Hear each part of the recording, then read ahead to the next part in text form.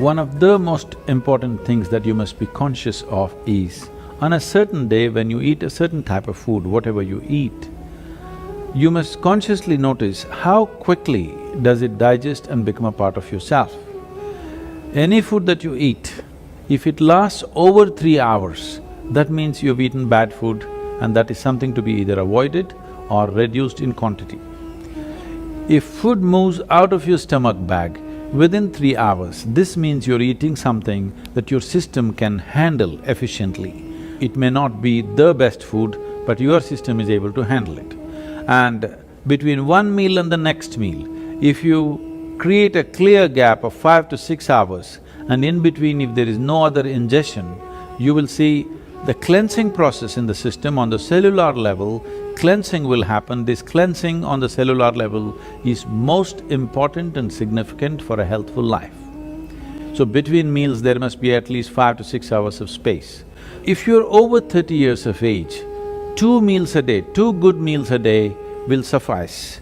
One in the morning and one in the evening. After the evening meal, before you go to bed, there must be a minimum of 3 hours, and if there is a certain amount of physical activity, not necessarily very heavy or strenuous activity, just simple walking or maybe a dance or something like this, create something for yourself where about at least 20 to 30 minutes there is some physical activity after the evening meal. If you do this, largely your system will be healthy. One level, the blood has lost its iron, that means you lost your steel, okay? You lost the strength in the body, you'll feel exhausted, simply exhausted for nothing. Because once the necessary iron is not there, your ability to carry oxygen through the body is less. That means your body, your heart, your brain, everything will be on a lower level of function because you don't have enough oxygen. So, building oxygen into the blood is one of the important things because how healthy the body is, how easily it rejuvenates itself depends on a high level of oxygen in the blood. And that capability will go down, particularly women have to be careful on this because of the biological process, that their hemoglobin content may go down and their ability to carry oxygen in the blood will come down, which will make them unnecessarily exhausted, will make them look unintelligent.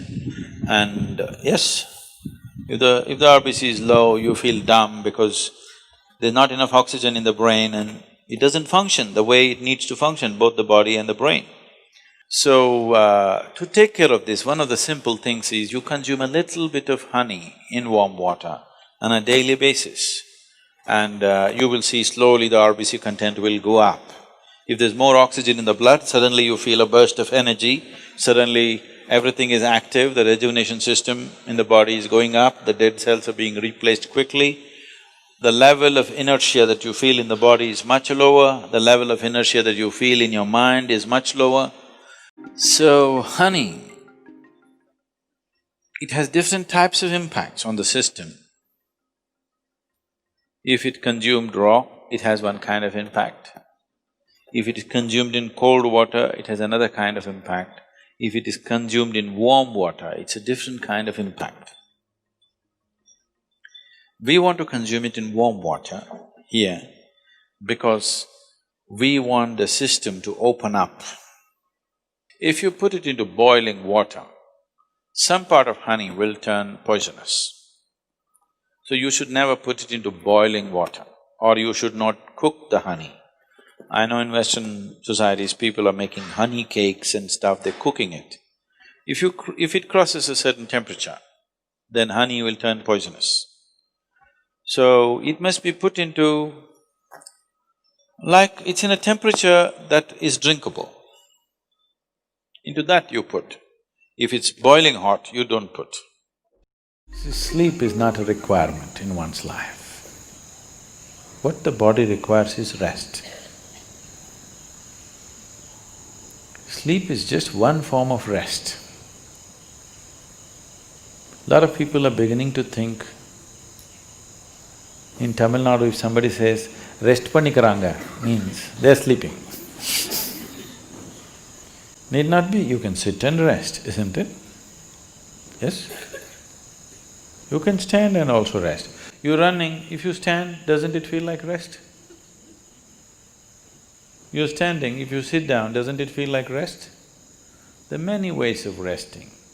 The most important thing is, rest means you're changing the energy equation where consumption is lowered, production is going on at the same pace. So after a period of time, you feel rejuvenated because consumption has been lowered.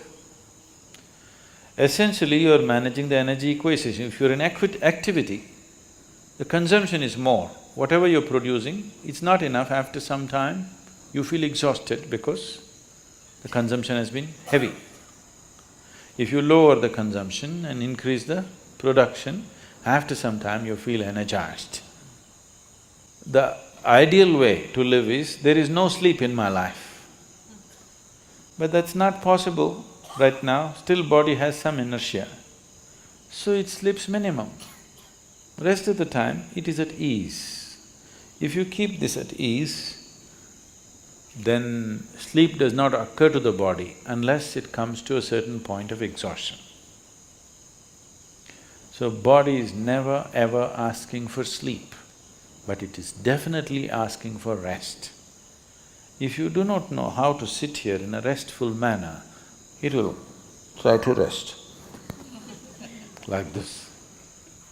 If you can sit here totally at ease, it'll sit here for hours without falling asleep. Otherwise, this is the only way it knows how to rest. If you sit here now, one simple thing you can do is you sit down, you come and sit down here, just move your attention from the top of your head down to your toes and see if everything is loose and easy and relaxed and at ease. Are you sitting like this?